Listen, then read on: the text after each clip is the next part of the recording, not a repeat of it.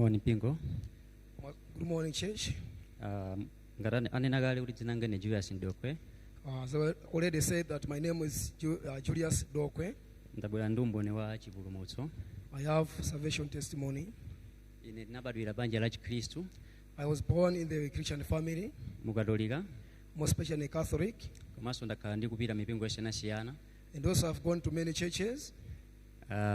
Mene amanena kuti munthu where we learned that a human being, kuti ukhale olungama. for you to be righteous, Ndi pamene ukuchita ntchito zabwino. when you do good works, Ndi pamene kusunga malamulo a Mulungu. when you keep the law, Ndiso ndi pamene ukulapa pafupi. and also when you ask for forgiveness continuously. So katikati mwa ziphunzitso zimene zija As we're listening to such kind of teachings, ndinapezeka kuti ndinazalakwira lamulo. I offended the law of the government. Ndinazamenya munthu mpaka nakumvulaza. So I beat someone and I actually injured him. Pamene azapita ku chikachere. So that's when I was arrested and go to the Kachere Young Offenders Prison. Then ndili kumene kuja So as I was there, ndi pamene nazadziwa zokhuzana ndi Good News Mission.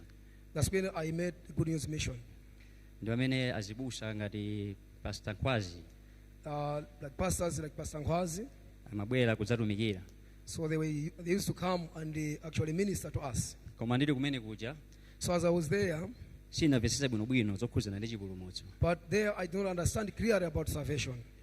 Ndiye nditatuluka So when I got out, ndinazabwera kuno I came here. panopa bwino ndi number 2. And this is second week I'm here in church. Ndi pamene abusa maganga So that's when now Pastor Maganga, amandifotokozera zokhuzana ndi chipulumutso. he started preaching to me deeply about salvation. Ndiye titsegule mabaibulo athu So at this time we can open our Bibles. pa Hebrew 10 The book of Hebrews chapter 10, tiyambira verse 10. and more especially verse 10. Koma chifukwa cha nthawi pitidumpa zafikanso verse 17. Because of time we'll read also up to verse 17. Verse 10. Ndipo chifuniro chimenecho tayeretsedwa mwa chopereka cha thupi la Yesu Khristu kamodzi kwatha. By the which we have been sanctified through the offering of the body of Jesus Christ once for all. Tidumpa lifika pa verse 17. So we got to verse 17. Ndipo machimo awo ndi masayeluziko awo sindidzawakumbukiranso. And their sins and iniquities will I remember no more. So chifukwa cha mavesi amenewa Because of these verses, ndi pamene nazindikira kuti ndine munthu wolungama. that's when I realized that I am righteous. Chifukwa kumbuyo kumene ndikuchokera Because where I'm coming from, timalapa tsiku ndi tsiku. we used to confess and ask for forgiveness of sin each and every day. Zimene zimati patsa mtima kuti ndife anthu ochimwabe. Which actually could make us to feel that we are still sinners. Pamene Yesu Khristu analipira kale mphotho ya tchimo. While Jesus Christ already paid for the penalty of our sins. So ine ndine olungama So I am righteous, osati chifukwa cha kuthekera kwanga not because of my ability, kapena malingaliro anga, maybe because of my thoughts, koma chifukwa choti ya ntchito imene agwira kale pa mtanda. but because of the work that Jesus did on the cross. Kuti Yesu Khristu analipira kale ndipo ndi kamodzi. And Jesus Christ already paid and once for all. So sizofunikanso kuti tizikhalanso ndi kulapa tsiku ndi tsiku. It's not important now that I should come before God asking for forgiveness now and again. Chifukwa ngati Yesu Khristu analipira kale, Because if Jesus Christ already paid for me, ndi kuti ineyo sindikuyenanso kumakumbukira machimo anga. so which means I should not remember my sins anymore. So ndi mawu amenewa So because of this word, dziko mukambe chifukwa chakupesera. thank you for listening.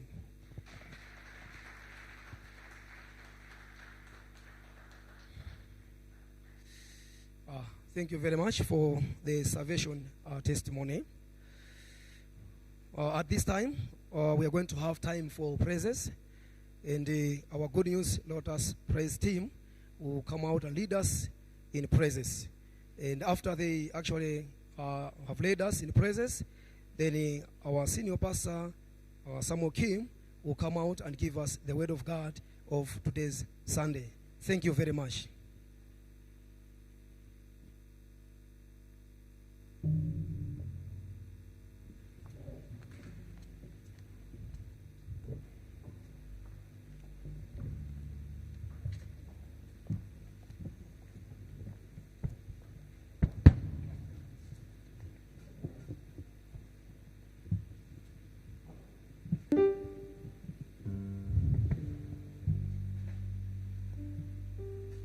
Good morning, church. Good morning.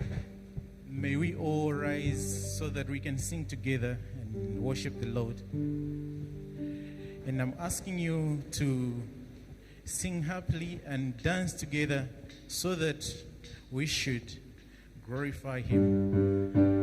Amen.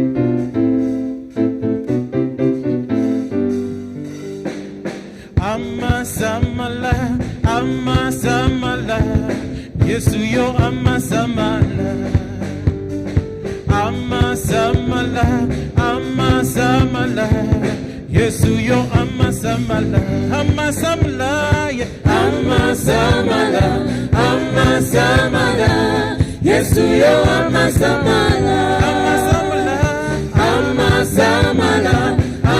samala, Yesu yo amma samala.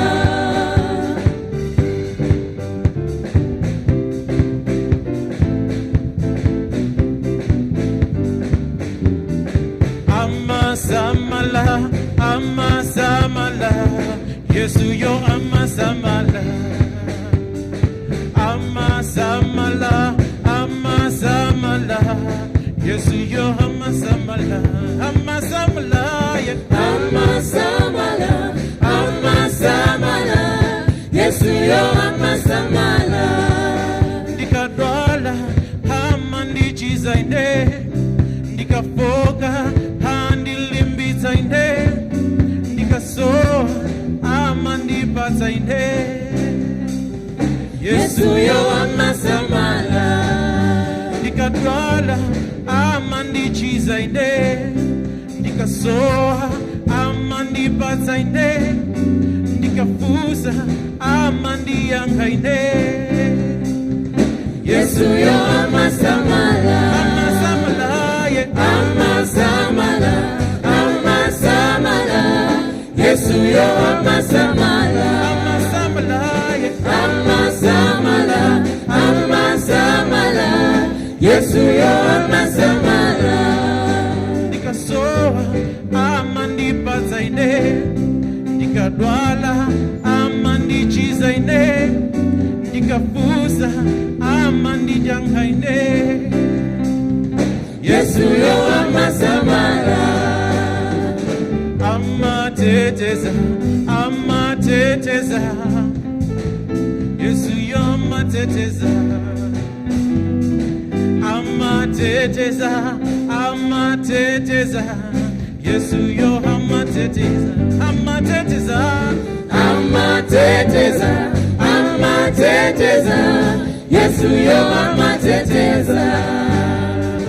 Amma teteza, Yesu yo amma teteza.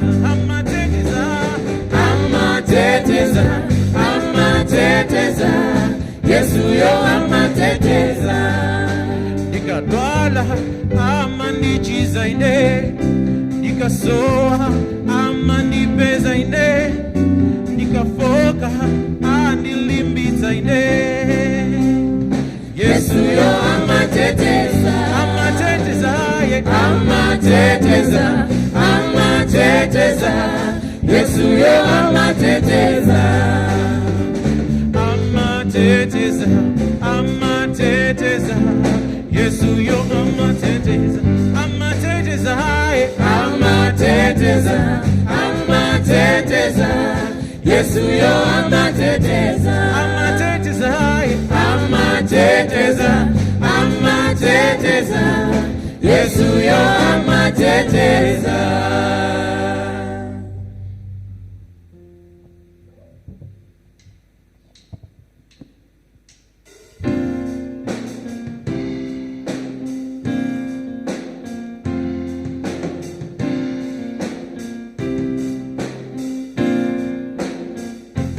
Lord, I lift your name on high. Lord, I love to sing your praises.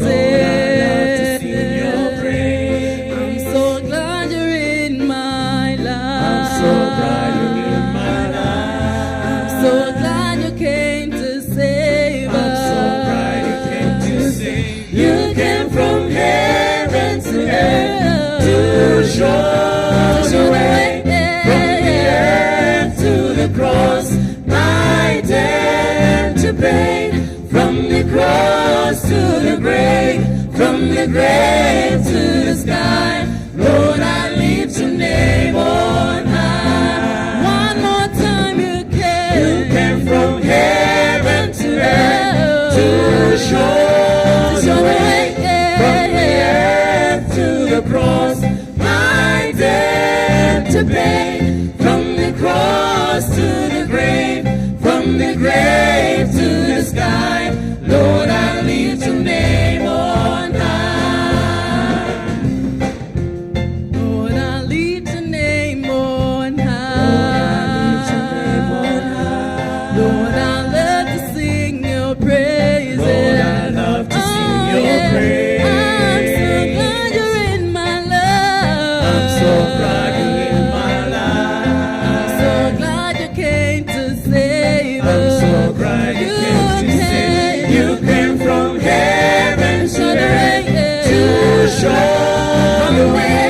From the earth to the cross, my debt to pay. From the cross to the grave, from the grave to the sky.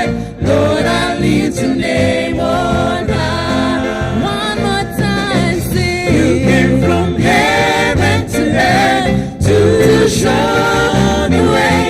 From the earth to the cross, my debt to pay. From the cross to the grave, from the grave to the sky. Lord, I lift your name on high.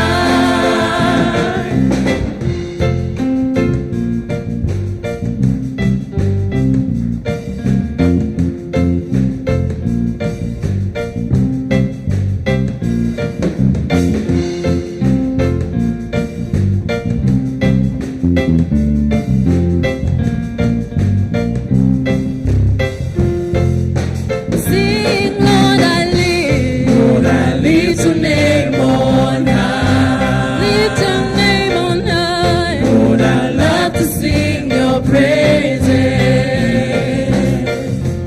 I'm so glad you're in my life. I'm so glad you came to save us. You came from heaven to earth to show the way. From the earth to the cross, my debt to pay. From the cross to the grave, from the grave to the sky. Lord, I lift your name on high. You came from heaven. You came from heaven to earth to show the way. From the earth to the cross, my debt to pay. From the cross to the grave, from the grave to the sky. Lord, I lift your name on high.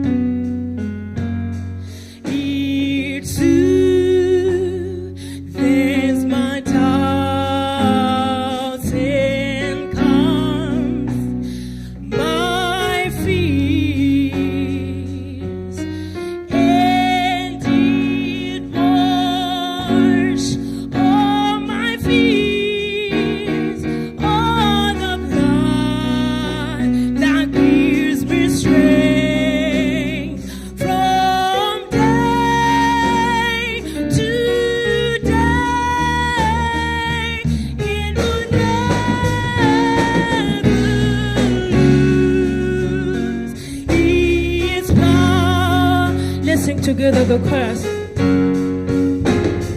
It reaches to the highest mountain, and it flows to the lowest valley. The blood that gives me strength from day to day, it will never lose its power. Let's sing for the last time. It reaches. It reaches to the highest mountain, and it flows to the lowest valley. The blood that gives me strength from day to day, it will never lose its power. This time I would like to call our choir team. Reaches To the highest mountain, and it flows to the lowest valley. The blood that gives me strength from day to day, it will never lose its power.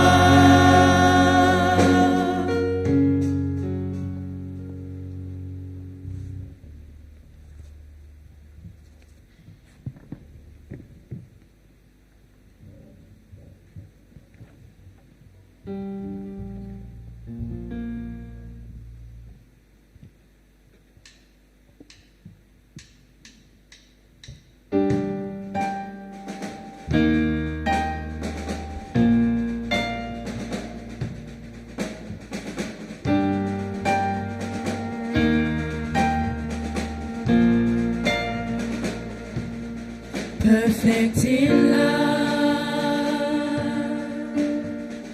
Lord, you came to earth, you rescued me. You took my place upon that cross.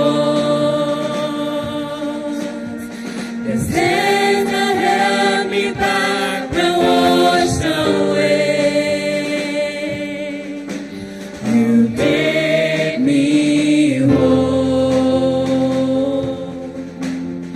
Your love has set the broken captives free. Your love released the chains once binding me. I'm found in grace, in love's embrace. My heart is overwhelmed.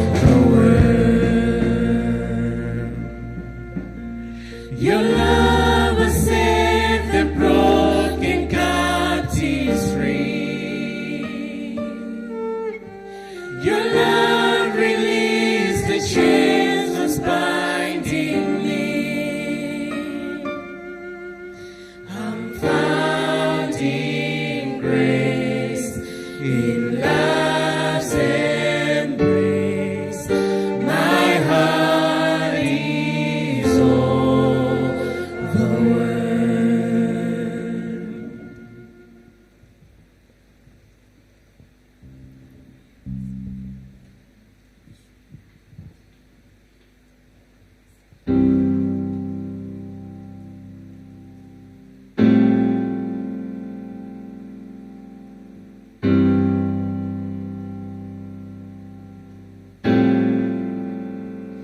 What gift of grace is Jesus my Redeemer? There is no more for heaven now to give. He is my joy, my righteousness and freedom, my steadfast love, my deep and boundless peace. To this I hold, my hope is only Jesus. For my life is only bound to Him. Oh, how strange and divine, I can sing, all is mine, yet not I, but through Christ in me.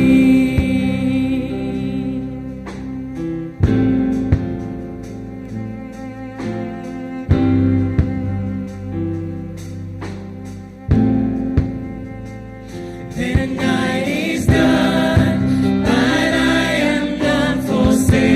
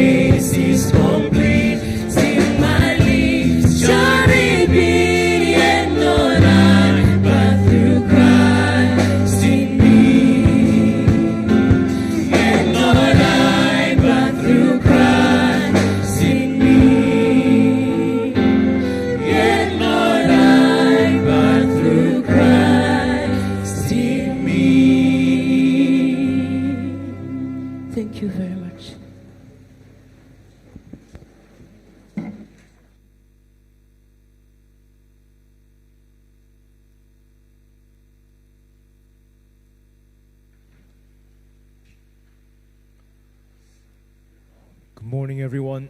Mwadzuka bwanji nonse. Masuka panzi nonse. Zikomo. Very thankful that we can have this time to share the Word of God this morning with you. Ndilamikanso likhoza khandi nthawi yogawana mawu a Mulungu mmawa uno. Let us first pray Jen- before we hear the Word. Tiyeni tipemphere tisanamve mawu. Father God, thank you for giving us this day. Ambuye tikuyamikani chifukwa chotipatsa nthawi ino. As we are here before you, Lord, Pamene tili pamaso pano nthawi we ino, ask you that you may guide us this hour tipemphani mulitsogolere nthawi imeneyi. with a humble heart. Ndi mtima wodzichepetsa, Allow us to listen and receive the Word tithandizeni timvetsere ndi kuona mawu and find anu. a true will and faith in the Lord. Ndi kupeza chifuniro chanu choona ndi chikhulupiriro mwa inu. We put all this time into your hands. Tikupita zonsezi m'manja May mwanu. you bless those who are listening.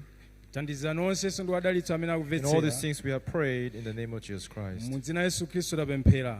Amen. Amen. Okay. This morning we would like to read from the book of the Hebrews chapter 5. Mawu uno tiwerenga buku la Heberi chapter 5 Hebrews chapter 5 from verse 1 through 11. kuyambira vesi yake ya 1 kulekeza 11.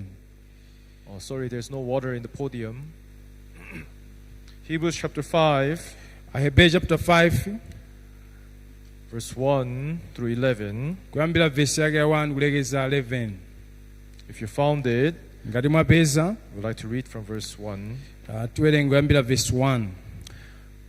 For every high priest taken from among men is appointed for men in things pertaining to God, that he may offer both gifts and sacrifices for sins. Pakuti mkulu wa nsembe aliyense wotengedwa mwa anthu amayikika chifukwa cha anthu zinthu zakumwamba kuti apereke mitulo ndiponso nsembe chifukwa cha machimo. He can have compassion on those who are ignorant and going astray, since he himself is also subject to weakness. Akhale okhoza kumva chifundo ndi osadziwa ndi olakwa, popeza iye yekhanso amazingwa m'chifoko. Because of this, he is required, as for the people, so also for himself, to offer sacrifices for sins. Ndipo chifukwa chakenso ayenera monga m'malo a anthu, moteronso m'malo a iye yekha kupereka nsembe chifukwa cha machimo. And no man takes this honor to himself, but he who is called by God, just as Aaron was. Ndipo palibe munthu adzitengera ulemuwo mwini yekha, komatu iye amene ayitanidwa ndi Mulungu monganso momwenso Aaroni. So also Christ did not glorify himself to become high priest, but it was he who said to him, "You are my son, today I have begotten you." Koteronso Khristu sanadzilemekeza yekha ayesedwe mkulu wa nsembe, komatu iye amene analankhula kwa iye, "Mwana wanga ndiwe, lero ine ndakubala iwe." As he also says in another place, "You are a priest forever, according to the order of Melchizedek." Monganso ananena mwina, "Iwe ndiwe wansembe wa nthawi zonse, monga mwa dongosolo la Melikizedeki." Who in the days of his flesh, when he had offered up prayers and supplications with the vehement cries, the tears to him who was able to save him from the death, and was heard because of his godly fear. Ameneyo masiku a thupi lake anapereka mapemphero ndi mapembedzero pamodzi ndi kulira kwakukulu ndi misozi kwa iye amene anakhoza kumpulumutsa iye mu imfa, ndipo anamveka popeza anaopa Mulungu. Though he was a son, yet he learned obedience by the things which he suffered. Angakhale anali mwana, anaphunzira kumvera ndi izi adamva kuwawa nazo. Having been perfected, he became the author of eternal salvation to all who obey him. Ndipo pamene anakonzeka wamphumphu, anakhala mwa onse akumvera iye chifukwa cha chipulumutso chosatha. Called by God as high priest, according to the order of Melchizedek. Wotchedwa ndi Mulungu mkulu wa nsembe, monga mwa dongosolo la Melikizedeki. Of whom we have much to say and hard to explain, since you have become dull of hearing. Za iye tili nawo mawu ambiri kuwanena, ndi otilaka pakutanthauzira popeza mwagontha m'makutu. Up to verse 11, we have read. Kufika verse 11 tawerenga. Everyone, this Bible is a very typical book. Buku ili ndi buku lozama. A reason is this Bible can lead one's soul into a true salvation of God. Chifukwa buku ili ndiloti likhoza libweretsera mchipulumutso cha Mulungu. There's no other book in this world that can guide us into understanding about the world of heart. Ndi buku limene lilipo m'dziko lapansi litsogolere mu mtima wake wa Mulungu. But if you read Bible carefully, Koma ngati muwerenga Bible mosamalitsa, there is something that Bible is trying to point out to us. pali china chake chimene Bible lifuna lifotokoze za ife. Yes, what is it that God is trying to point out to us from this Bible? Ndi chani chimene Bible lifuna lifotokoze kwa ife? When you're learning about faith, Pamene muphunzira za chikhulupiriro, how we understand faith and how Bible speak about faith is a little bit different. mmene ife timamvetsetsera chikhulupiriro ndi mmene Bible lifotokozera za chikhulupiriro ndi zosiyana. Everyone, we have our own definition about what is considered as faith.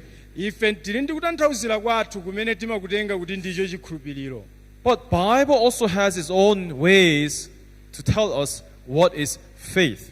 Koma Bible lili njira yake yoti tiuzire kuti chikhulupiriro ndi chani. Important thing is, Chofunikira kwambiri, everyone, we must not follow our own understanding. ife tisatsatire kumvetsetsa kwathu. We must clearly see Tiwene tione mosamalitsa. what is the faith that Bible is talking about first. Kodi chikhulupiriro chimene Bible lifotokoza ndi chani kuyambirira? One time there was a true story. Nkhani ina yodziwika. Long time ago, there was a man who was driving a car, Panali munthu wina amene amayendetsa galimoto. and this car, along the way, it was at the time when the car just recently has been coming out. Nde inali galimoto imene inangotuluka kumene. This driver, as he was driving down the road, this car has broken down, and so he pulled the car over to the side and he was starting to fix the car. Nde galimoto ili kuyenda inapezeka yonongeka ndi anayima pambali kuti ayikonze. Now, as this young man who was trying to fix the car, Nde nyamato ichepera amene amayesera kuti ayikonze he was galimoto. struggling for a long time and could not get the engine to start so that the car can move. Nde amayesera kwa nthawi yayitali kuti akonze koma amalephera kuti itheke kuti iyende. Suddenly, there was one old man Nde mwadzidzidzi unabwera munthu wina wachikulire who was passing by him. amene amamudutsa. And then, when I see in Malawi, when someone has a car which is broken down, I don't know why, but everybody stops to see. Ku Malawi munthu galimoto kamonongekera aliyense amayima kuti aziona. Isn't it? Si choncho? I guess that is the kind of the habit of people in Malawi. Ndikuganiza kuti ndicho chikhalidwe cha anthu aku Malawi. Whatever small or big, something is happening, people run in to see. Kaya kwachitika kena kakang'ono kaya chachikulu anthu amathamanga kuti akaone kwachitikanji. The other time when we were having our evening service, there was a dog in our compound which was barking. Nde nthawi ina tinali ndi agalu amene amayenda. So I told pastor, one of our pastors, can you go out and check why the dog is making too much noise? Nde ndinawuza azibusa tapitani mukayang'ana agalu akusokosera chifukwa chani. So he came back. Ndi anabwera. He was calling some brothers. Ndi amayitana azibale ena mkatimu. So I was curious, is this something big issue? Nde ndimaganiza ndi chani china chake chachikulu kapena. So he says, pastor, there's a snake. Nde amanduza abusa kuli njoka. Suddenly there was one brother who was sitting all the way in the front. Nde mwadzidzidzi wina amakhala kutsogolo uku. I cannot mention his name. Sindingatchule dzina lake. Suddenly, I don't know why, he stood up. Nde sunudziwa anangodzuka mwasangasanga. I was shocked. Why? Sit down. Nde ndinadzidzimuka namuza takhala So he naye turned basi. around and started to go out. Nde anatembenuka mapita kunja. I asked him, where are you going? You come down, sit down. Suddenly he started to run and then go out. Nde nafusa kuti khala basi nadaba kuthamanga akupita kunja. So I thought, maybe he's busy to rushing to toilet right now. Nde Something. ndimaganiza kuti mwina m'mimba mwatentha kapena athamangira ku toilet. This brother's signal has come. Nde nyengo itafika. Signal. Kuti chizindikiro chafika mkati So mwake. when something's calling, you should not ask more, right? It's very rude to ask more. Nde chizindikiro chikafika uyenera utero basi. So this brother ran out. Nde anayamba kuthamanga. After service, I called him. Why did you go out? Nde ndinamfunsa chifukwa chani upita kunja. The moment he heard the word snake, atangomva mawu oti njoka he forgot everything. anayiwala china chilichonse. Right now it's service time. Right now it's a very precious time to listen to the word. He forgot everything. zoti amvetsera mawu a Mulungu zoti nthawi The moment he heard the word anayiwala. snake, mawu atangomva mawu oti njoka a thought came inside. ndi china inabwera mmutu I mwake. have to see. ndiwene ndione njoka So imene. that's why he went out. ndi chifukwa chake akupita kuja. And then together with other brothers trying to catch that small snake. ndi amatamanga kuti akathane nayo njoka imeneyi. So I understood, people in Malawi, ndi namvetsa kuti anthu ku when Malawi something strikes their mind, pa china chake chimene amapita they m'malingaliro just mwawo have to get involved. kuti ndikungofunika ndichite nawo zimenezi. Right? si choncho. That's why when something happened, what? Everybody, even though it's not a big issue, everybody go and then they have to speak something. ndichifukwa chikachitika china chake wina aliyense amathamangire ngakhense ziwakhudza koma amafuna akaona At that house, something has happened. In that place, something Nyumba has iyo happened. chitika This china place, chake. something. Although it's not a very big issue, they just have to go and get involved and then speak, especially our amais. ngakhale si chinthu chachikulu makamaka azimayi amathamangire kumene kuti akaone alankhulepo kena kake. For me, when I hear, I think this is not important, then I don't really focus there. kwa ine ndikavaona kuti asizaphindu sindipita konso sindilabadira. The reason why our especially people here like that is because that's how much you don't know how to value the importance of issues. ndi chifukwa kuti mwina ife sitimadziwa kusamalisa kapena kuona. I hope that nobody here will do that. sindili pano Because kutero. when you value this time, the time to listen to the word of God should be the most important time for you. ndikupezeka kwanuwa pano mukatenga nthawi ya mtengo wapatali zikuthandizirani chifukwa ndi nthawi yofunikira kwa inu. Amen. Amen. Now, this man was trying to fix the car, and there was an old man passing by and stopped him and then looked over. ndi munthu amayesera kuti akweze galimoto ndi pakudutsa wachikulire ndikuyang'ana kuti zikukhala bwanji. So old man picked over and asked, "Young man, what's happening? What's going on? Is the car having a problem?" ndi anamfunsa anyamata chikuchitika nchani kuti galimoto lili ndi vuto. Yeah, the engine is not starting. injini sikulira. So, when people have some malfunction, ndi pamene pali vuto pa galimoto you get a little bit disturbed, right? The fact the car has broken down. umasokonezeka m'malingaliro kuti galimoto And you're wasting your time. ndi zimatenganso nthawi yako. Especially when people start to come looking what's happening. ndi pamene anthunso akubwera nkumadzaona zikuchitika bwanji. Because it's not your problem, watching is fun, but for those who are suffering from the problem, ndi pamene chifukwa si vuto kwa iweyo kwa amene aonera they wish that you quickly pass by. amangoona kuti zabwinobwino. You understand what I'm saying, right? tikumvetsetsa. Right? tikumvetsetsa. Yes, everyone sometimes is respectful just to let go and just pass by because people might be disturbed. ndi nthawi zina ndi bwino ungodutsa chifukwa tikhoza musokoneza kwambiri munthu. Anyhow, this young man was sweating and trying to fix something, but still, no matter how much he tries, he could not get the car to start. ndi mnyamata amene amayesetsa kuti ukathukuta kuti akoze koma galimoto sikutheka. Now, little by little, his anger was rising. ndi pamene pang'ono moyo wake Why this is not working? ndi chifukwa chani sizikutheka. This stupid car. ndi anachokapo. Suddenly, this old man, ndi mwadzidzidzi munthu. while he spoke, "Excuse me, young man, ndi munthu akumfunsa mnyamata. can I try?" The ndingayesere. old man, it's okay, I know how to fix this. palibe vuto So ndithana nazo. continuously, this young man was trying to fix the car. ndi pamene mnyamata akuyesera kuti akoze galimoto. 10 minutes, 20 minutes, 30 minutes passed. Still, he could not get the car running. 10 minutes 20 minutes sate koma sikutheka galimoto. Like that problem was now the time was flying by. He was Ndithawi stuck in the middle of the kuthabe. road. ali pakati pa msewu. He's getting his hands all dirty with oil and manja monse sweat. mwada kuthukuta. Suddenly, when he looked around, still the old man was looking over him, watching him. ndi munthu wachikulire amayang'anabe mwamuyang'ana. Old man, just leave it. You can go your way. Go. Why are you here? mukhoza mapita mchifukwa chani muli pano mukhoza mapita. So the old man spoke. Can I try? I think you're struggling. Can I try to fix it for you? ndi mkulu amene kuti ndingayesere ndikuthandizire. Now already this young man tried for a long time but could not get it to fix. ndi mkuluyo anayesera kwa nthawi itali sizikutheka. So he told the old man, "Okay, fine. You try. What? Do you know about cars? Try."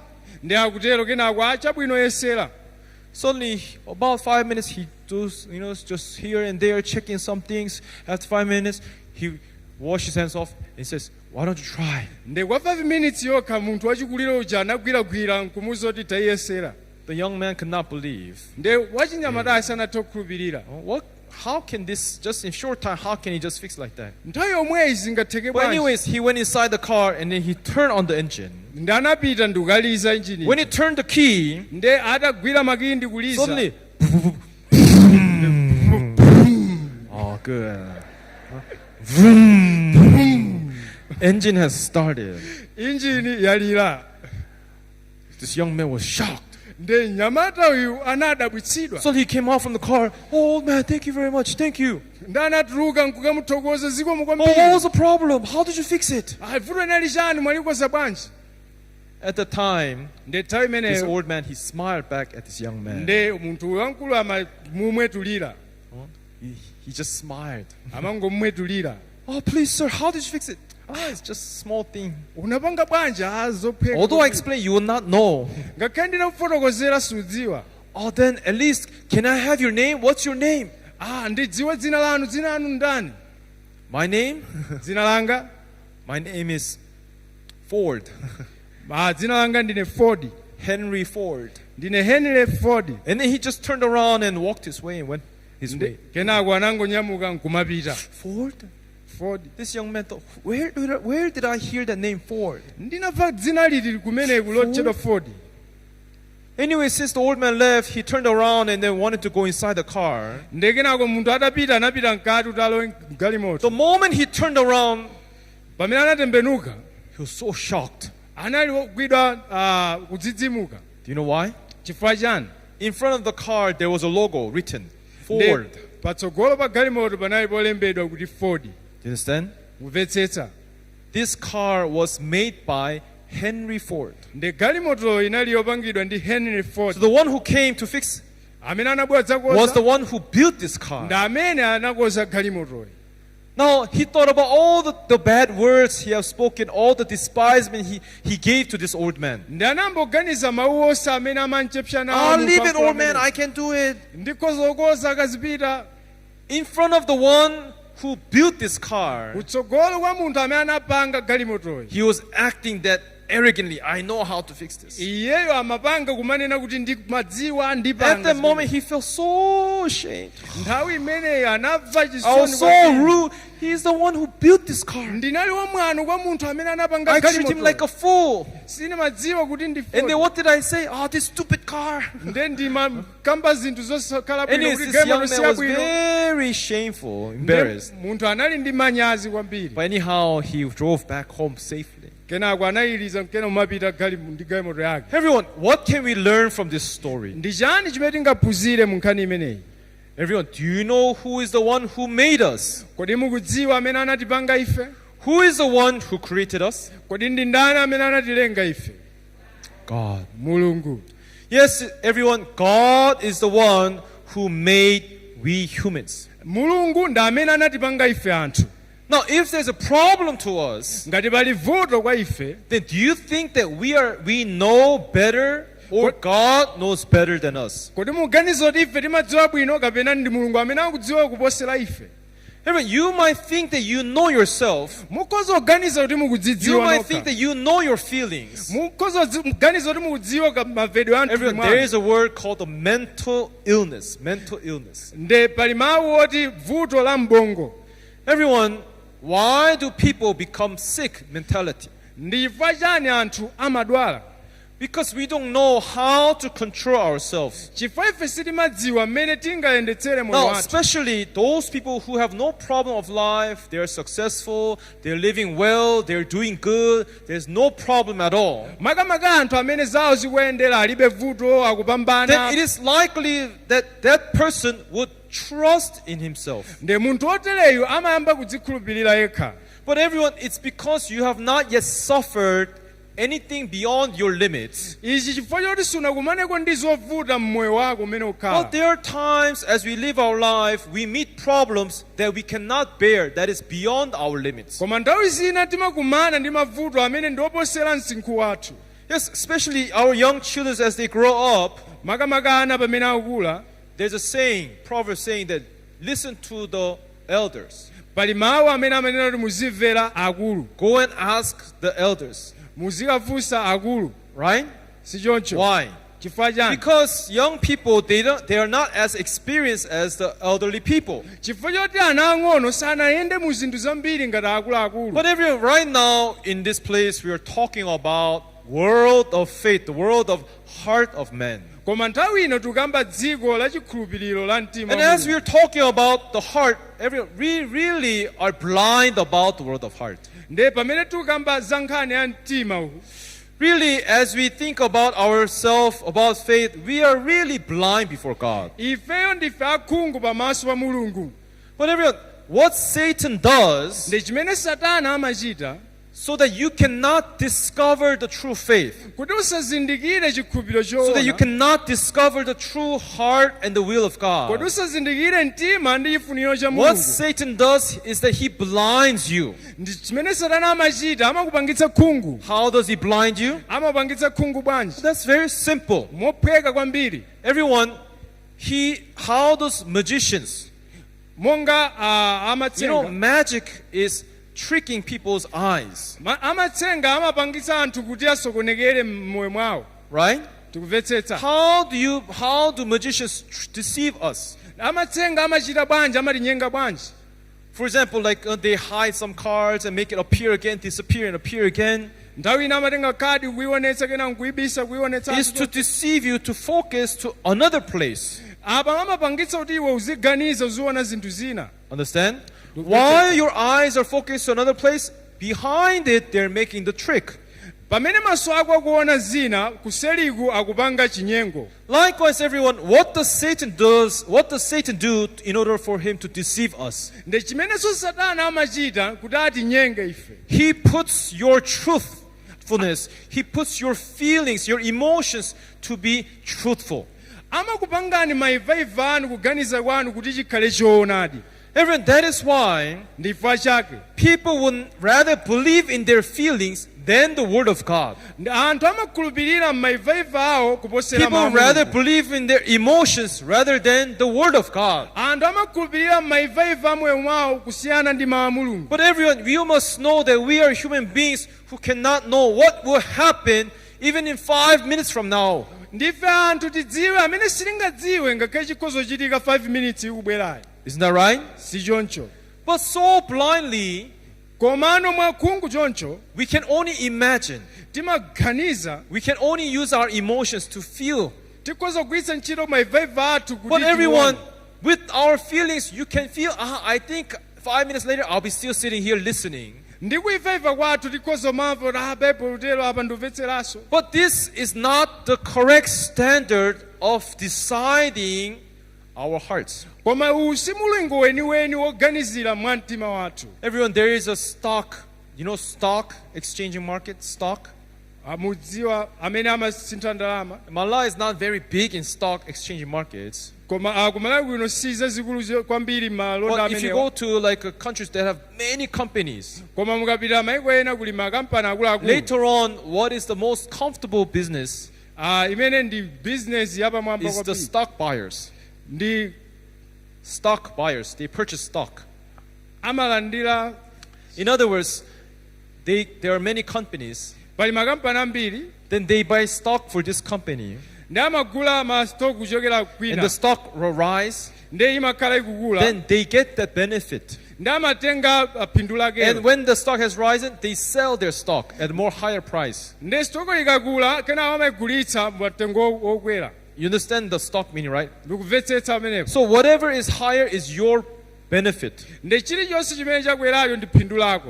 You understand? Ndikubvetsetsa. Everyone, now because people don't like to work all day sitting in office sweating or laboring in hard works. Ndi anthu akhala mu ofesi kukhetsa tukuta ndi zina zotero. People who are smart with numbers, they want to make easy money. Koma anthu amene ndi azelu kwambiri amafuna azipanga ndalama So these people, mopheka. they invest in stock. Ndi amatenga ndalama zawo Buy ndikuzika and sell, kumastoko. buy and sell. Ndikumagulitsa, kumagulitsa.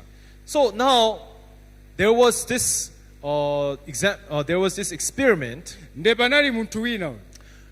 they chose the top 20 best companies, ndadasankha makampani okwanira 20 abwino. and they have allowed one very intelligent person to come and look at the flow of the money, Ndi anasankha munthu azeri kwambiri kuti aziona kayendedwe ka and ndalama. then he made him to analyze the business and how the business will flow. Komanso anawunika mabizinesi ndikuonanso kuti akhoza oyenda bwanji. You understand? Ndikuvetsetsa. And then he made him to choose 3 companies out of the 20 companies. Ndanapanga makampani atatu kuchokera ku makampani 20. Understand? Ndikuvetsetsa. And then they brought a chimpanzee. You know chimpanzee? Nde amayendetsa chimpanzee. Since chimpanzee cannot speak, Chifukwa chimpanzee sichingalankhule, they have put the 20 companies nde anatenga makampani 20 written in a paper and they pasted in the board. ndikuwayika pa pepala pa mabodi. And they made the chimpanzee to take a dart. You know dart? Nde anatenga njati kuti iziponya You kochera understand? dati. Dart, throwing and then getting the dart to attack or to hit the target. Nde amaponya pamenepo ngati kankondo They makabaya made the penapake. chimpanzee to throw the dart at the wall. Nde chimpanzee kaponya pa khoma apa 3 darts. madasi atatu. So, like this, this man was to use all his intelligent ways, his analysis, his experience to choose the 3 best companies that he believed will become who the company will grow. Nde munthu wanzeruyu amafuna asankhe makampani atatu amene kutsogolo kwake adzakule And the kwambiri. chimpanzee had to throw the dart to choose the 3 companies just by just throwing the dart. Nde chimpanzee amene amaponya madasi amene kuti asankhe makampani atatu. Like that time has passed, Nde nthawi itadutsa, which 3 companies do you think have made more profit? nde kodi ndi makampani atatu ati The amene 3 apanga companies maprofit that was akulu? chosen by that man, or the 3 companies that was chosen by the chimpanzee? Nde kodi makampani amenewa ndi amene asankhidwa ndi munthuyi kapena chimpanzee? Interesting is, Chosangalatsa the nchakuti 3 companies that chimpanzee threw the dart and chose koma makampani atatu amene chimpanzee had inasankha much more growth than the 3 companies this intelligent man have chosen. anali okwera kwambiri kuposera munthu wanzeru amene anasankha. You understand? Ndikuvetsetsa. What does that mean? Zotanthauza chani? Everyone, that is how much we are blind about future. Umutu ndi mmene ife tili akhungu za tsogolo lathu. We don't know. Sitimadziwa. Everyone, we are people who cannot know what is to happen 5 minutes from now. Sitimadziwa ngakhale chimene chichitika 5 minutes ikubwerayi. How can we be compared to what God knows? Tingafananize bwanji ndi zimene Mulungu amadziwa. Everyone, right now I explain to you what kind of heart we need before this word of God. Nde nthawi ino ndikufotokozerani ndi mtima wanji umene tikufunika pa mawu a What kind of Mulungu. heart we need is that Ndi mtima umene tikufunika our experiences, nzeru zathu, our emotions, maivaiva athu, thoughts that I know about faith, maganizo oti ndimadziwa za chikhulupiriro. everyone, that is deceiving us to see the truth about God. Izitu ndi zimene zikutileperetsa kuti tione chifuniro cha Mulungu. Do you understand? Ndikuvetsetsa. That is deceiving us to know the truth. Zimene zikutinyenga kuti tidziwe choonadi. So that is why it is very wise Ndi chifukwa chake nzazelu kwambiri to put down our ways, our thoughts. kusiya pasi njira zathu ndi maganizo And athu. with the heart saying that I don't know, Ndikuyika mtima oti ine I don't know sindikudziwa. how to fix, Sindikudziwa mmene especially ndingakonzere. when it comes to the problem of sin. Makamaka pamene pali vuto la How tchimo. can we solve this problem of sin inside our hearts? Kodi ndingakonze bwanji vuto la tchimo mkati mwa mtima Like the young wanga? man who could not fix the car. Monga nyamato amene sakanatha kukonza If he galimoto had yake. given up earlier Amayesera and let the old man who made this car to fix it, ndekenako munthu akubwera ndikudzakonza. the more faster he would have fixed the car and he would have driven off. Nde akadayesera motani koma sizikanathekabe. Isn't that right? Si choncho. But today, Koma lero so many people anthu ochuluka still being deceived by their thoughts, akunyengedwabe ndi thinking maganizo that awo. they can fix themselves, Amaganizo kuti akhoza thinking that kukonza they moyo can wawo. do it by themselves, Amaganizo kuti akhoza are kupanga not moyo giving wokha. up, Mosakweza are manja. not humbling their hearts before God, Mosadzichepetsa pamaso pa Mulungu. still holding onto their own faith, Akugwirizizabe chikhulupiriro thinking that chawo. I know how to believe God, I know how to worship God, I know how to become righteous. Ndikudziwa mmene ndingakhalire olungama.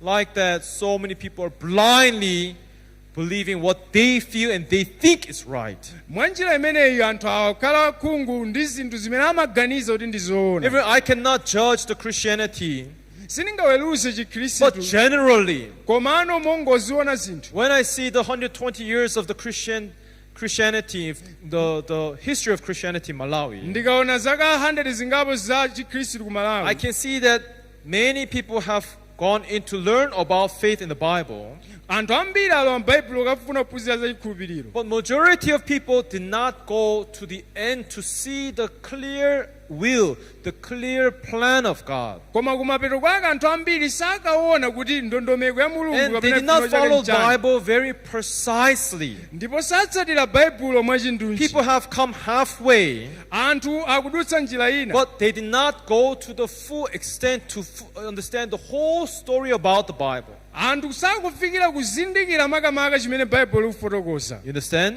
That is Tikuvetsetsa. why many people, Ndifuna chaka anthu if you ambiri. ask them, what is your belief? What is your faith? Mukafunsa chikhulupiriro chanu ndi chani. Yes, people say, yes, Pastor, I know how to believe in God. Anthu amatero ndimadziwa I kukhulupirira know Mulungu. what is the will of God. Ndimadziwa chifuniro cha Mulungu And nchani. if I ask them, what is it? Ndi chani? People say, yes, it is to keep His commandments. Ndi anthu amati ndikusunga Pray malamulo for ake. forgiveness. Kupemphera Go chikhululukiro. to church and help the poor. Kupita ku chalichi kuthandiza osauka. Everyone so cunningly. Mwamakani choncho. Satan has made you to pass through these words and hearing of the word of God. Mwachenjera Satana wapanga kuti anthu But he asempe njira ya made you Mulungu. to miss the exact points that we need to find out, we need to learn. Amatipanga kuti ife tisemphane ndi mtima weniweni wa He Mulungu. very cunningly made us to pass through the words of God, but made us to miss the exact target. Mochenjera kwambiri watipanga kuti tidutse kumbali And ndi made mawu a us to Mulungu kusemphana ndi understand, made choonadi. us to think that we understand just roughly, just vaguely. Nde watipanga kuti ife tione ngati timvetsetsa ngakhale sizoona. Everyone, there's a sizandondomeko. story about the fields. Nde pali nkhani ya mminda. Among the four fields, there is a side way. Nde pa minda imeneyi pa nthaka panali ina ya kunjira. There's a field that is like a side way, Bible says. Imene inali pambali pa njira. When you plant the seed in the side way, Mukapyala mbewu do you know what the Bible says? pa nthaka imeneyi Baibulo kuti The chani. fowls, the birds in the air will come and eat up the seeds. Nde mbalame zamwamba zidzabwera ndi kudya mbewu Yes, I zimenezi. think that is a very clear explanation about today heart of Christians. Nde apatu ndikufotokoza. We are not on the target. Sitili pamalo We are enera. not following the exact heart of God. Sitikukhala pa mtima weniweni wa People Mulungu. are in the sideways, just nearby, but it's a little bit off the target. Anthu ali pambali angoyandikira koma ndi And then you kumbali. plant the word of God, you preach the word to them. What happens? Nde mukulalika mawu a Mulungu kamba za mawu a Mulungu It's all gone. It's all gone. Zipita. Birds have come and eaten up the words in their hearts. Ngakhale upyale mawuwa mbalame zibwera ndi Why? kunyamula. Chifukwa chani? Satan led their hearts to the sideways. Satana wapangitsa mitima kuti ipite kumbali. Understand? The wayside. Mbali ya kumbali kwa msewu. Understand, everyone? Tikumvetsetsa. Then how can we come back to the target? Kodi tingabwere bwanji pamalo oyenerera? Everyone, we must closely look inside the word of God. Ife tiyang'anitsitse mawu We a must clearly Mulungu. understand what is the heart of God. Tione kodi mtima wa Mulungu And we ndi must chani. realize what is the exact will, the exact plan of God. Tizindikire kodi chifuniro cha Mulungu kapena ndondomeko That is why yeniyeni ndi today, chani. where we read Hebrews chapter 5, Ndi chifukwa chake lero pamene awerenga Hebrew chapter Bible 5. says that Jesus Christ Bible likuti Yesu is Khristu the author of eternal salvation. iyeyo ndiye gwero la chipulumutso chamuyaya. Everyone, do you know what that means? Mukudziwa chimene He is titanthauza? the author. He wrote it. He made it. He planned this and he worked on it. He made it. Iyeyo ndi amene anapanga anayika dongosolo iliyonse la chipulumutso We are chamuyaya. not the author of eternal salvation. Ife si gwero la chipulumutso Who chamuyaya. is eternal? Who is the author of eternal salvation? Kodi gwero la chipulumutso chamuyaya ndi ndani? Who? Ndi ndani? Who? Ndani? Who? Ndani? Who? Ndani? Who? Ndani? Until you answer, I will not go. Who? Kufika muyankhe ndani? You have to scream 10 times louder than that. Who? Ndani? Everyone, is it so shameful to shout his name? Kodi ndizochititsa manyazi Who? kusauta? I said shout. ndunenanu Jesus. mukuwe Jesus. osati mmene tukambiramo yayi. I did not say crawl. I said shout. ndimanena kuti mukuwe. Who is the author of eternal salvation? kodi ndi ndani gwero la chipulumutso? Jesus! Yesu. Oh, you can't say it like that. simunganene choncho. Everyone, who? ndani? Amen. Thank you. Jesus is the author of eternal salvation. Yesu Kristu ndiye gwero la chipulumutso. Amen. Amen. Now, we need to prove this. We need to open up and understand this clearly. ndetiwene timvetsetse pakuona izi bwino. Now, let's see here Hebrews chapter 5. then tione Aheberi chapter 5. If you see here verse 2 in the mukaona Bible. verse 2. Sorry, everyone. Let's see from verse 1. then tiyambire verse 1. Here Bible is saying that every high priest ati mkulu wa nsembe aliyense is taken from among men wotengedwa mwa anthu and is appointed. amayikika. Now, everyone, this is very important. Someone is appointed as what? nde wina wake wayikika ngati ndani? As what? monga ndani? There is a high priest who is appointed. pali wansembe wamkulu amene wayikidwa. For men in things pertaining to God, it is God's choice. It is God who made this. chifukwa cha anthu mzinthu zakwa mulungu nde ndi mulungu amene wayika zimenezi. Understand? tikumvetsetsa. Now, when you are being saved, pamene mwapulumutsidwa what did the high priest do? ndi chani chimene wansembe Do you wamkulu know achita? anything about high priest? Do you know anything about high priest? mukudziwa za nsembe wamkulu? If you, Apostle, what? High priest, what does he have to do with me? wansembe wamkulu ndi ndani akuyenera kuchita chani kwa If ine? there's no involvement of high priest in your salvation, ngati mchipulumutso chanu mulibemo ntchito ya wansembe you are in wamkulu, big trouble. ndoti inu ndi vuto lalikulu. Because if you don't know, or you don't know who is the high priest, what is the work of high priest, and if he's not involved in your life, ngati simudziwa kuti wansembe wamkulu ndi ndani amachita chani Yes. ndiponso sapezeka mmoyo mwanu, get me right, mundimvetse, he must be involved in your individual's lives. iyeyu akuyenera apezeke mmoyo wa wina If aliyense you wa have inu. no idea what this means, mudziwe izi kuti zitanthauza chani. you're in big trouble. ngati simukudziwa muli mavuto. Understand? mukumvetsetsa. Every Bible says the high priest is appointed by who?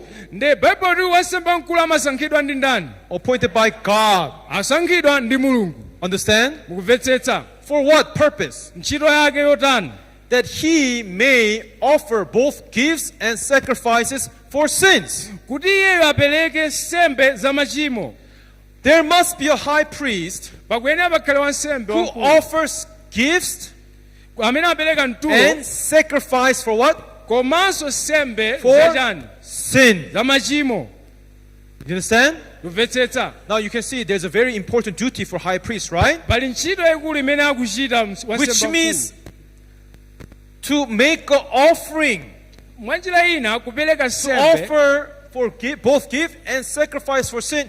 It is not your own individual duties. kupereka sembe si ntchito ya inuyo wina aliyense wa inu. Bible has clearly told us, and it is a law. It is a written law of the commandment of God. nde izi zakambidwa m'baibulo ndipo ndi lamulo la mulungu. We all know the 10 Commandments. timadziwa Oh, Pastor, I know malamulo 10 Commandments. Bible does not say anything about this. ayena akutere ndimadziwa malamulo khumi baibulo suluka Oh, mbalo have no other God before me. Do not take my name in vain. Do not make any image, any graven image before me. Or keep the Sabbath. Obey your parents. Do not steal. Do not kill. Do not commit adultery. Do not bear false witness. Do not covet. musanamizire nzako. If I ask people, oh, I know the will of God. What is it? Keeping the 10 Commandments. nde ndikafunsa anthu limadziwa chifuniro cha mulungu kusunga malamulo Tell khumi. me what is 10 Commandments. nde ndi chani malamulo khumiyo?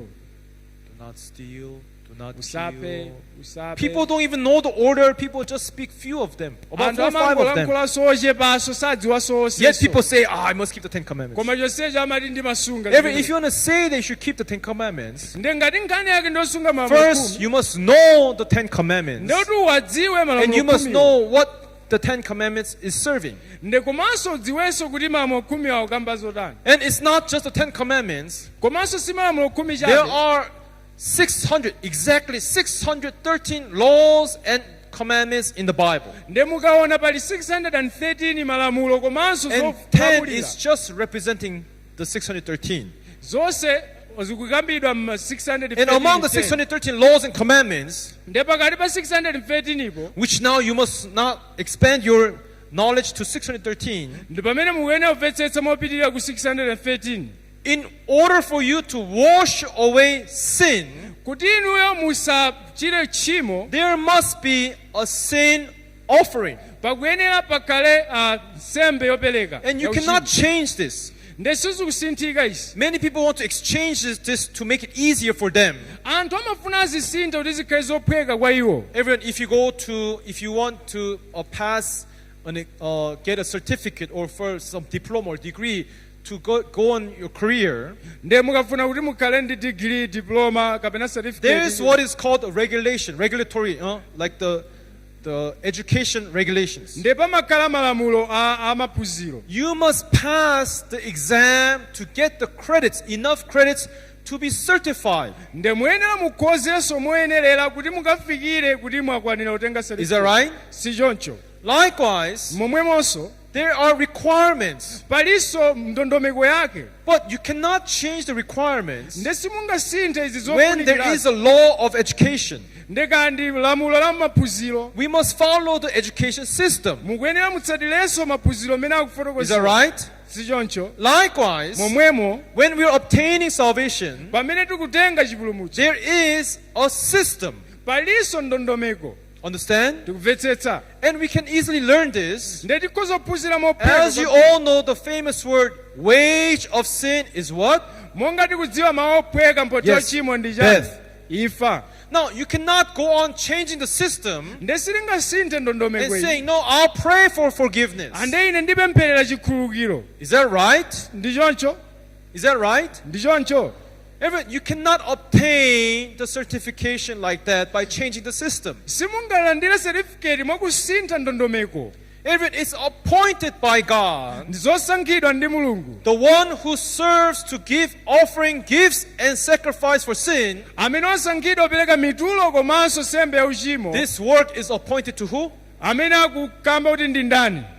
High priest. wansembe wamkulu. Understand? tikumvetsetsa. It is appointed to who? wasankha ndani? High priest.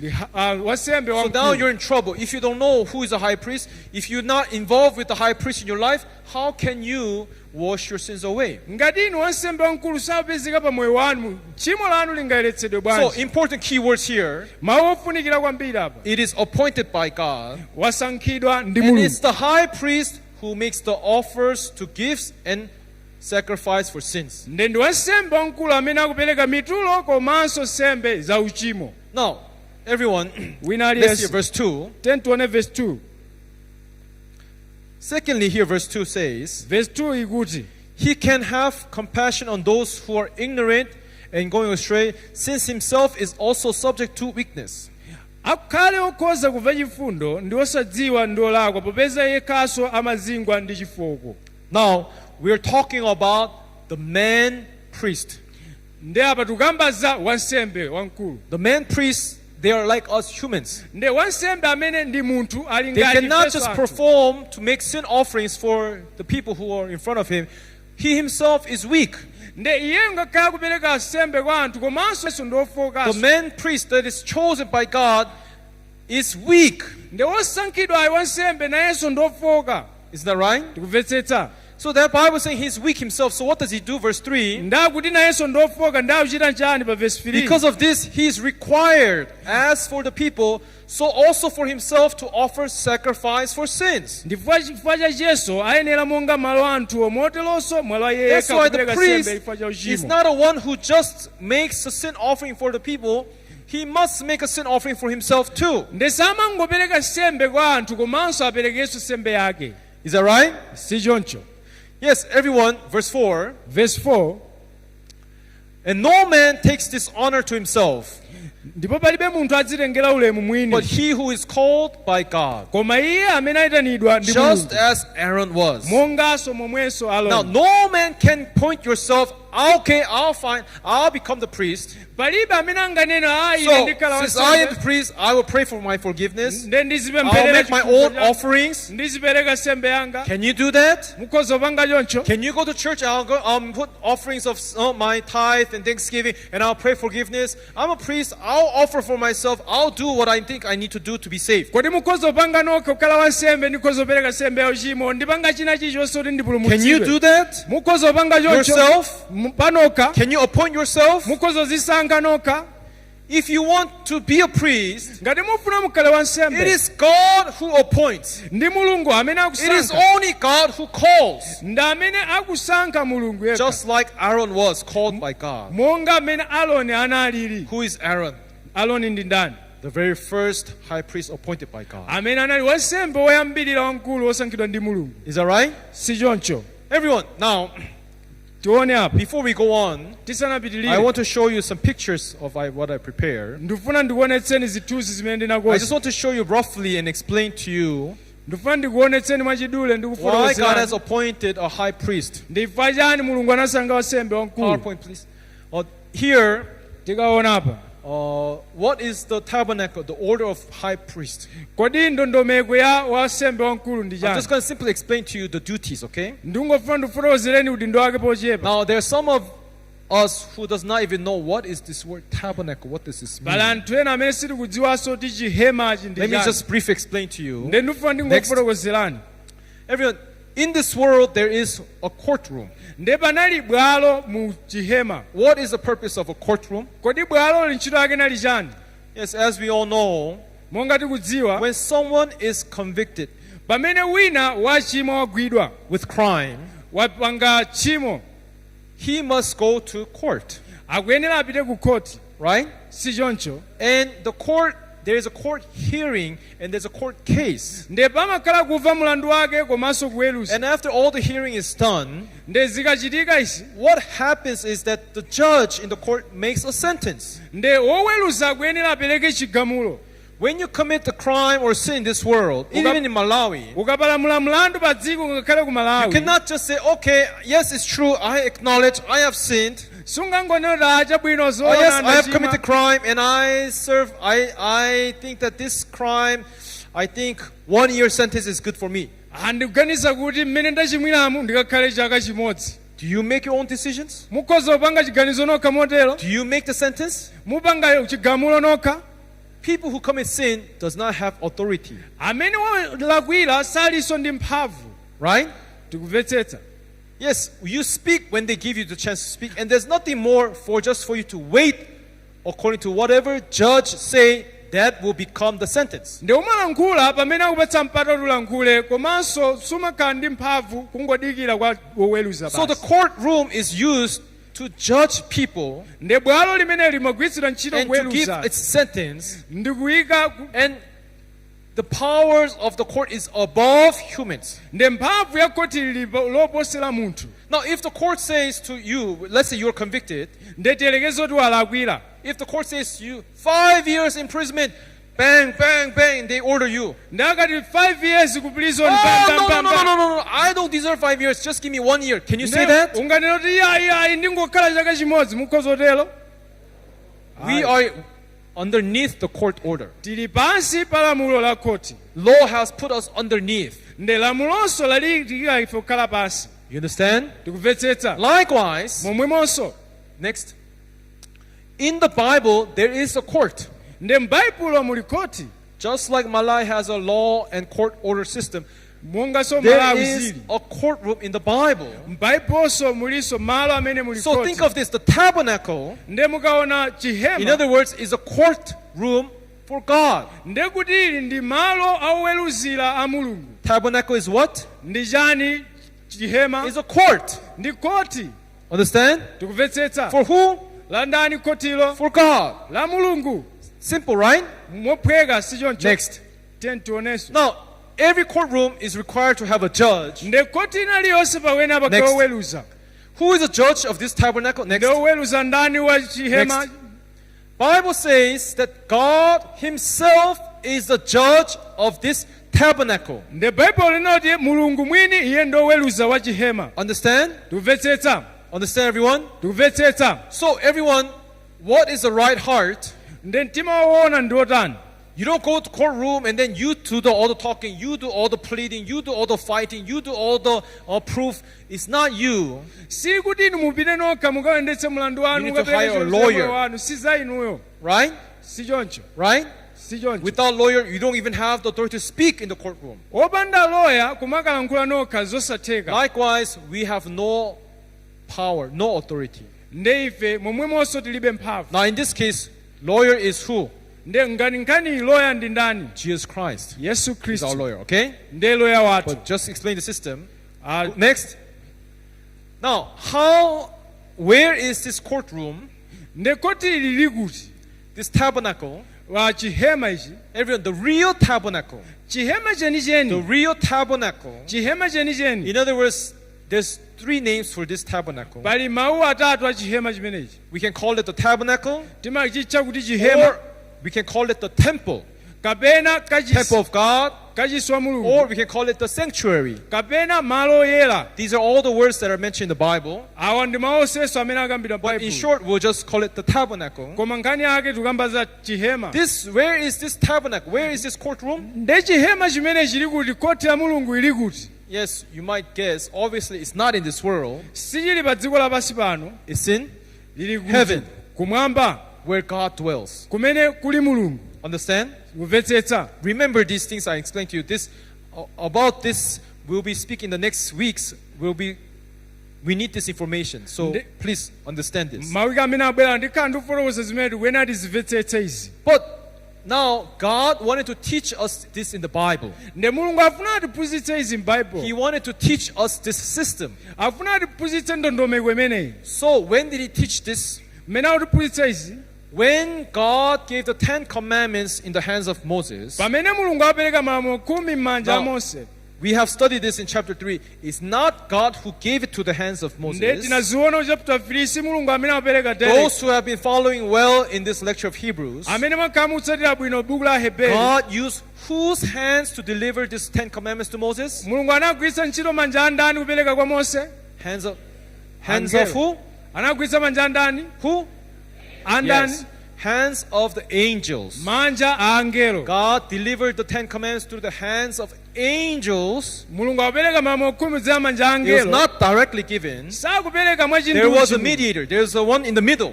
Panali munthu pakati There wina. was an angel, messenger angel, who brought these 10 commandments to.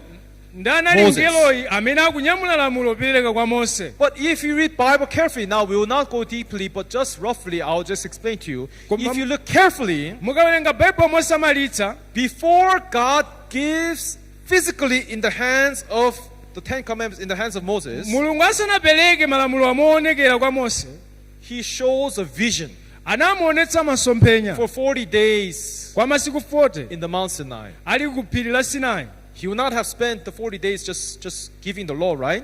Nde masiku onsewa sikuti amangopereka God lamulo. spends 40 days explaining in details, Nde ku masiku 40 showing amamufotokozera. him the vision of the tabernacle in heaven, Masiku 40 amamuonetsera and chihema explaining to chakumwamba. him. Kumuonetsera kwa iye, kumufotokozera. Understand? Kumvetsetsa. After Moses have learned, Mose ataphunzira bwino, he receives this tabernacle, the 10 commandments, analandira malamulo 10 and awo. then he comes down to this earth. Ndi anatsika kubwera pansi. Now, a very important thing here is, Chofunika kwambiri apa. in his heart, he embraced the vision about what?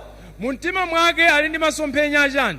The tabernacle. Achihema. In his hands, he holds the 10 commandments. Manja mwake akunyamula malamulo 10. Because this is important, I'll say once again. Chifukwa zofunikira ndizika In his basi. heart, Mu mtima mwake, next picture please.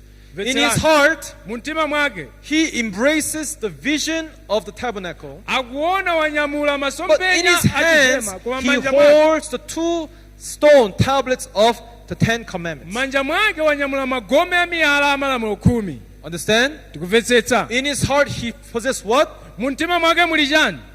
The tabernacle. Chihema. In his hands, Manja mwake the 10 muli commandments. chani? So with these 2 things, Zinthu ziwiri izi. Moses comes down to this, now to the back to the Israel, congregation of Israel. nde ndi zinthu zakutsika kupita kwa ana Israeli. Now the most of Christians Nde akhristu ambiri know that God gave the 10 commandments. amadziwa kuti mulungu anapereka malamulo 10, But people do not look Bible carefully, koma anthu sazindikira and they mozama do not Baibulo. search or they do not want to find out Ndiponso sasakasaka kuti amvetsetse what aone is possessed in the heart of Moses. chimene chinali mu mtima mwake mwa Mose. And actually, what is more important than these 10 commandments Ndiponso tidziwe choposera malamulo is actually 10 what God put inside the heart of Moses, ndi chimene mulungu anayika mkati mwa mtima wa Mose, which is the tabernacle. chimene ndi chihema.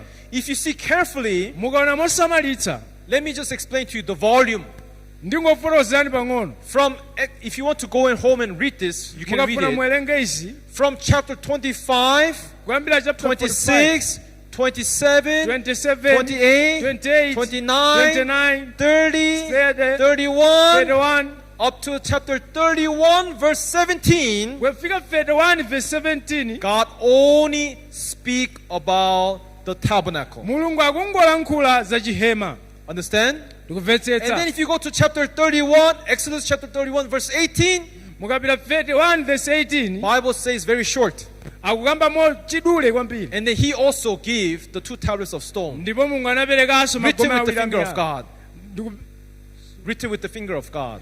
olembedwa ndi chala cha mulungu. So if you speak about the volume of importance, Nde mukaona kufunika kwa izi, 99% of time God spent in Mount Sinai for 40 days speaking about tabernacle, tabernacle, tabernacle, tabernacle, tabernacle, tabernacle. mapercentage 99 akulankhula za chihema, chihema, chihema, chihema, chihema. Understand? Tikumvetsetsa. And just before he go down, the last day he received the 2 tablets and then he walks down. Nde kumapeto akungolandira malamulo 10 nkutsika umapita. Can you guess what is more important? Koma mukuona chimene chofunika kwambiri, Tabernacle or the 10 commandments? chofunika kwambiri chihema kapena malamulo 10.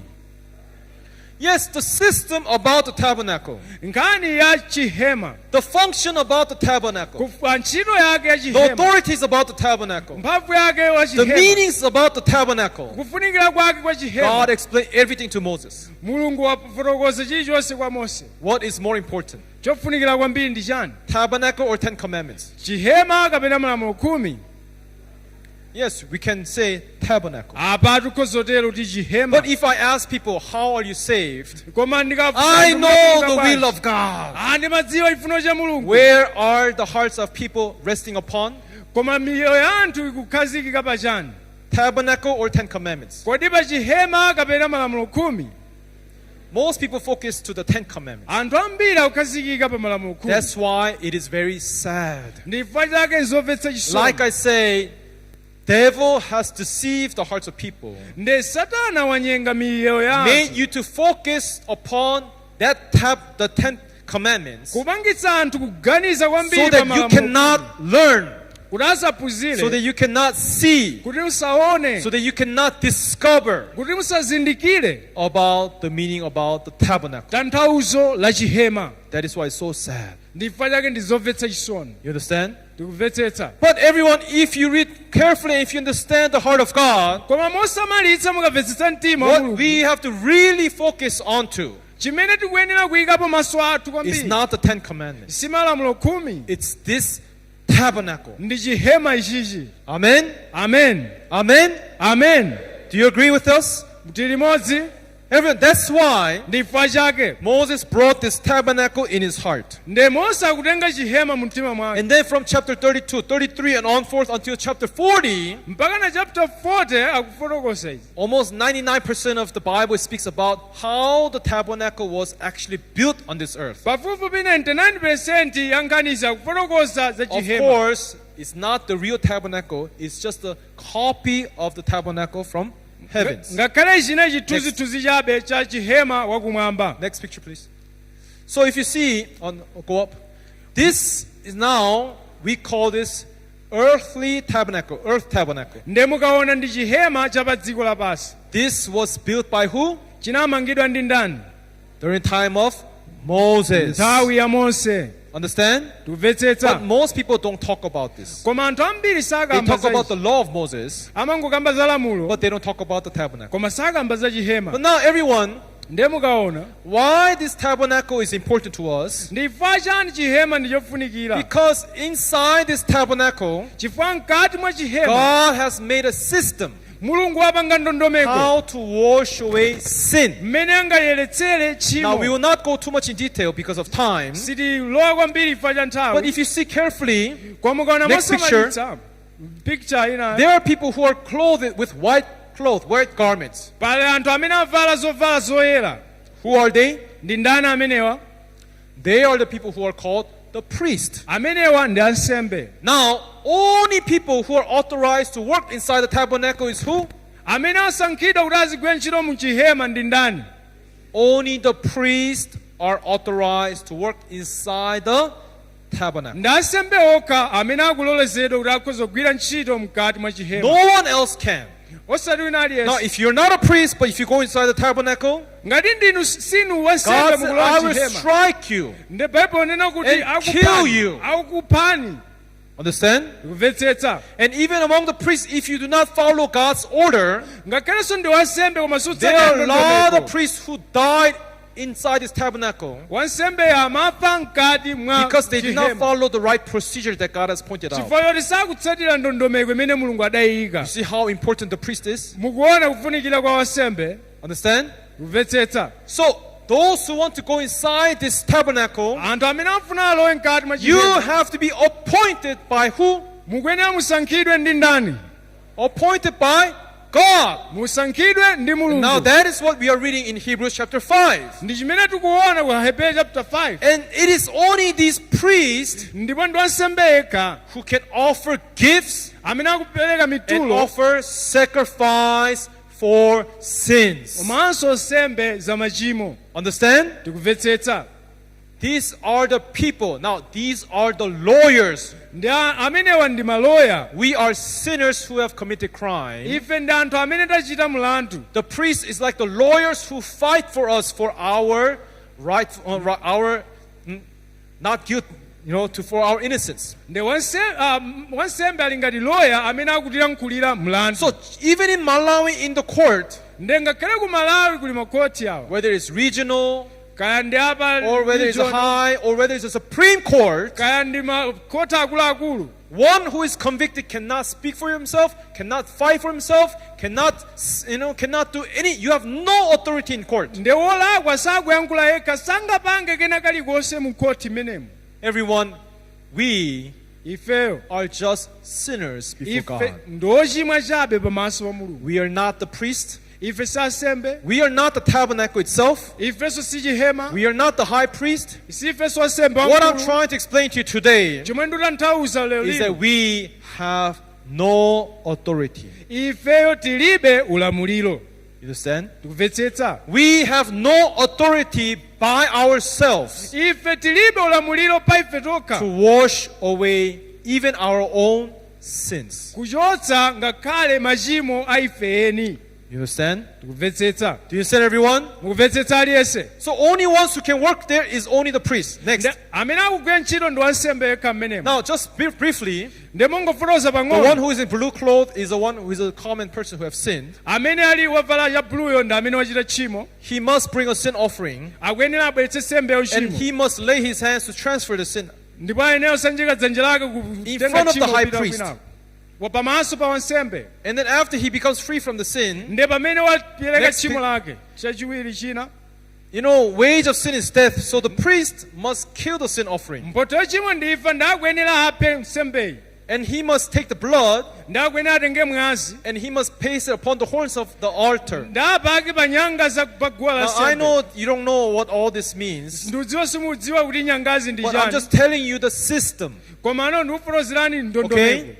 Everyone, do you understand? mumvetsetsa. But one thing that I want to point out here is, next, chinthu imodzi imene ndikufuna Bible ndionetse. says in Leviticus chapter 17 verse 11, pa Leviticus chapter 17 verse 11. for the life of the flesh is in the blood, popeza moyo wa nyama uli mwazi. and I have given it to you ndipo ndakupatsani uwu kwa inu upon the altar pa guwa lansembe to make an atonement for your soul. kupaka chotetezera cha moyo wanu.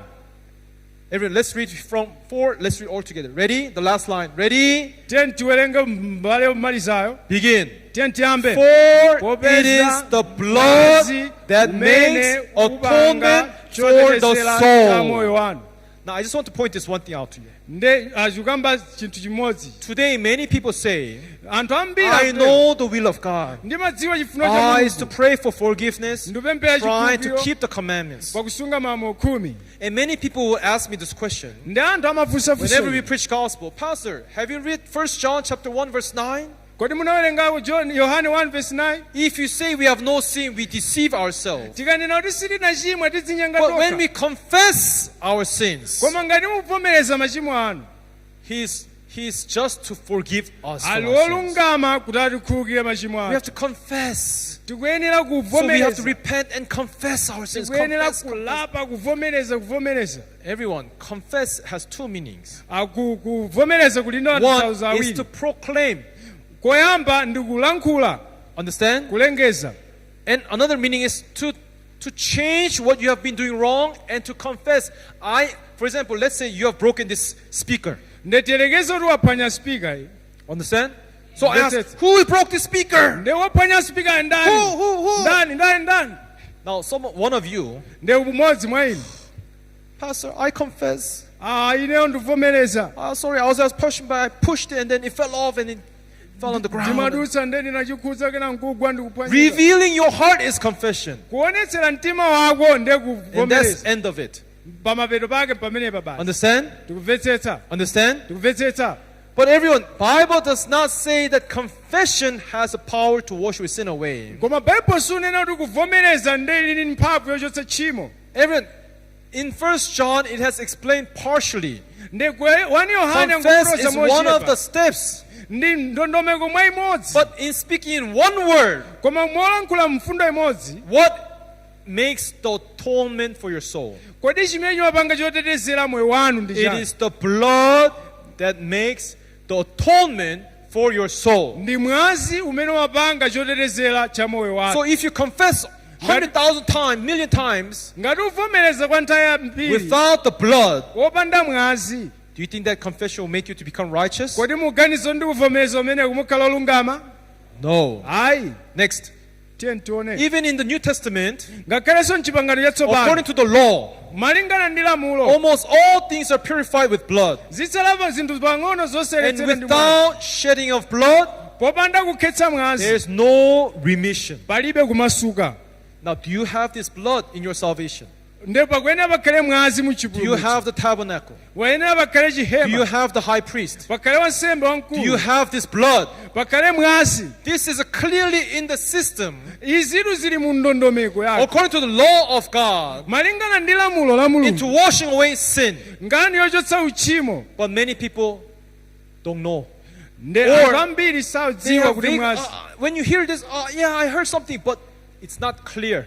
anthu amatero nava koma ano sanamvetsetse. People rather focus to the 10 Commandments. koma anthu amayika chinthu People chichawo rather pa focus to their own beliefs. makhulupiriro awo, People rather focus to their own ways, how they believe God and how njira they be zawo, serving God. ndi mmene angatumizikire Mulungu.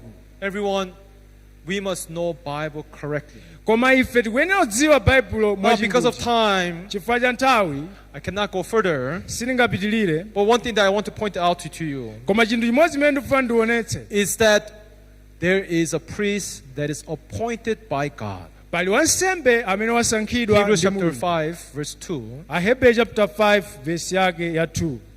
And no one can change this, ndipo palibe amene akhoza kusintha izi, only God, ndi Mulungu yekha who is the one who can appoint. ndi amene akhoza kusankha. Is that right? si choncho? Now, let's read verse 5.